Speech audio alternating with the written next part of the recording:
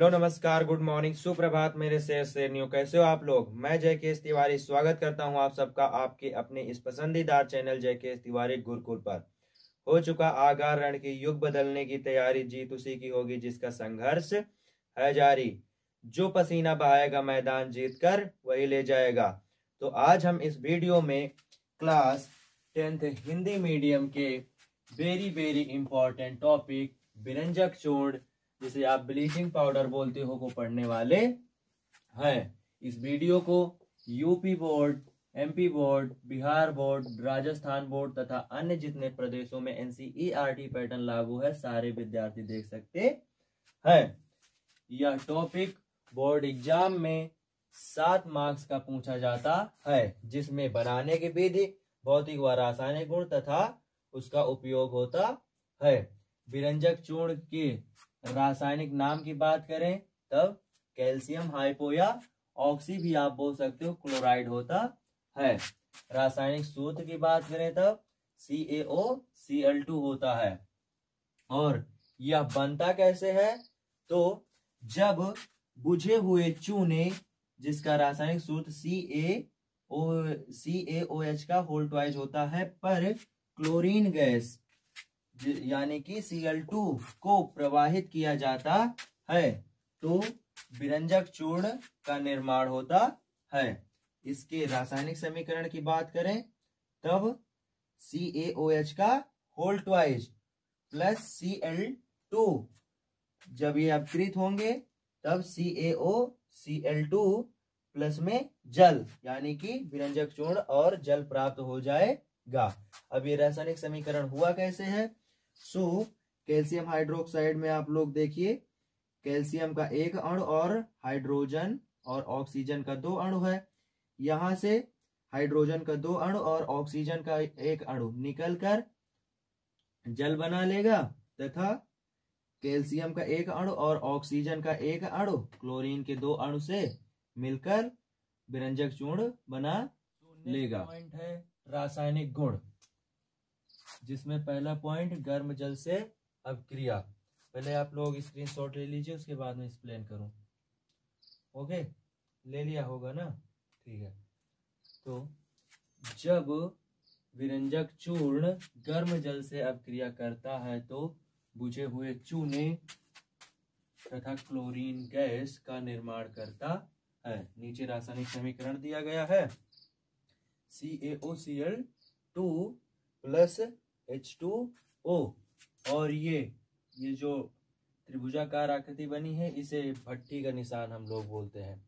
चाहे आप केवल ऐसे त्रिभुजाकार आकृति बना दो या उष्मा भी लिख सकते हो, चलेगा दोनों। तो क्या होगा, बुझे हुए चूने अर्थात CaOH का होल ट्वाइस प्लस Cl2 का निर्माण हो जाएगा। इसे याद कैसे रखोगे, तो आप लोगों को थ्योरी नहीं याद करनी, समीकरण याद करना है। देखिए याद करने का तरीका, यहाँ देखिए क्या है, कैल्शियम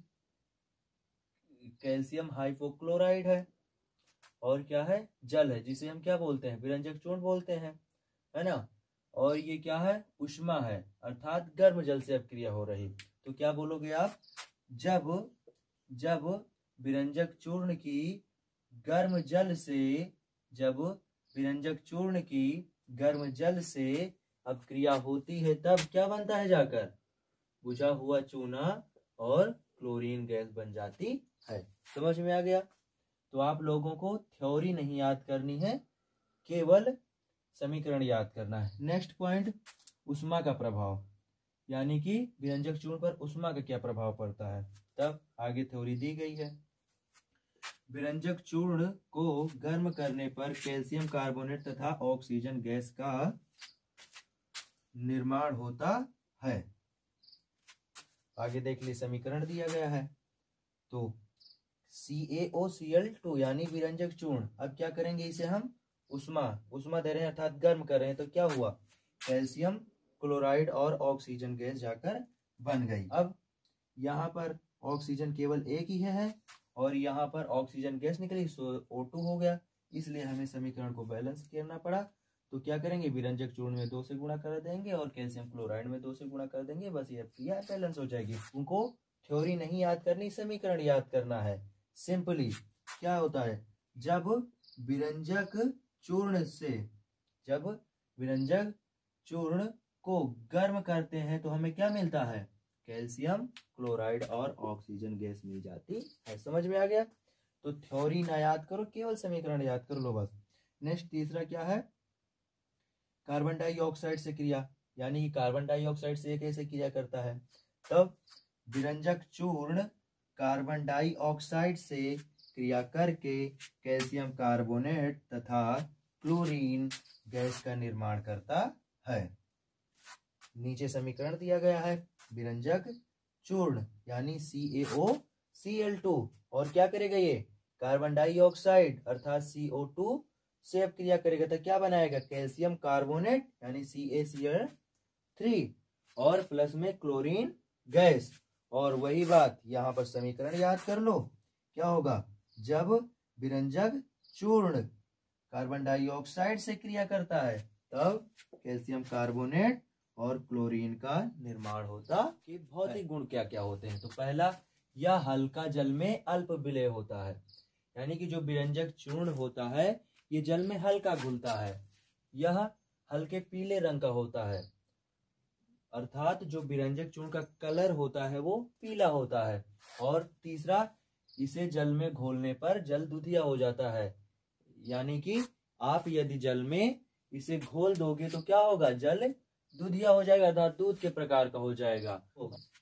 जिसमें विरंजक क्रिया, यानी विरंजक क्रिया का मतलब हुआ किसी भी वस्तु का कलर नष्ट कर देना, अर्थात जब हम विरंजक चूर्ण को किसी भी वस्तु में डाल देते हैं या पर डाल देते हैं तो उसका कलर क्या हो जाता है, नष्ट हो जाता है। और यह प्रक्रिया क्या कहलाती है, विरंजन क्रिया कहलाती है। और नेक्स्ट, कीटनाशक के रूप में। और थर्ड पॉइंट, जल को शुद्ध करने में, यानी कि अब कीटनाशक के रूप में क्यों प्रयोग होता है, क्योंकि इसमें क्लोरीन की मात्रा होती है। और जल को शुद्ध करने में क्यों, क्योंकि अगर जल अशुद्ध है तब उसमें कीड़े उपस्थित हैं, और कीड़े उपस्थित हैं तो कीड़े को मारने के लिए विरंजक चूर्ण का प्रयोग किया जाता है, इसलिए जल शुद्ध करने में भी आ गया। और एक बात और, मैंने आपको यहाँ पर उपयोग के और भौतिक गुण के और रासायनिक गुण के केवल तीन बिंदु बताए हैं, और एक्स्ट्रा भी होते हैं लेकिन आप कम से कम 3 लिख सकते हो। तो मैंने कम से कम बताया क्योंकि ज्यादा बड़ा वीडियो ना हो जाए, इसलिए मैंने कम से कम ही आपको बताया है ना। अब एक्सप्लेन भी करना है।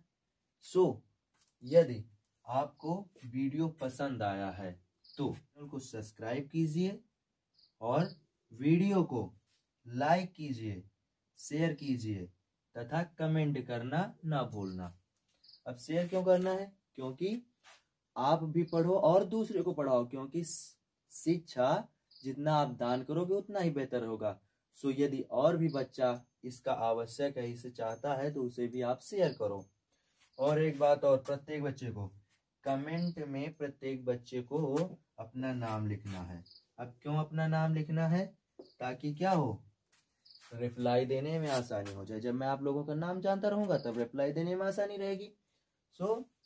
चैनल को आप सब्सक्राइब कीजिए ताकि इस प्रकार के ही इंपॉर्टेंट वीडियो आपको इस चैनल पर मिलना प्रारंभ हो जाएगा।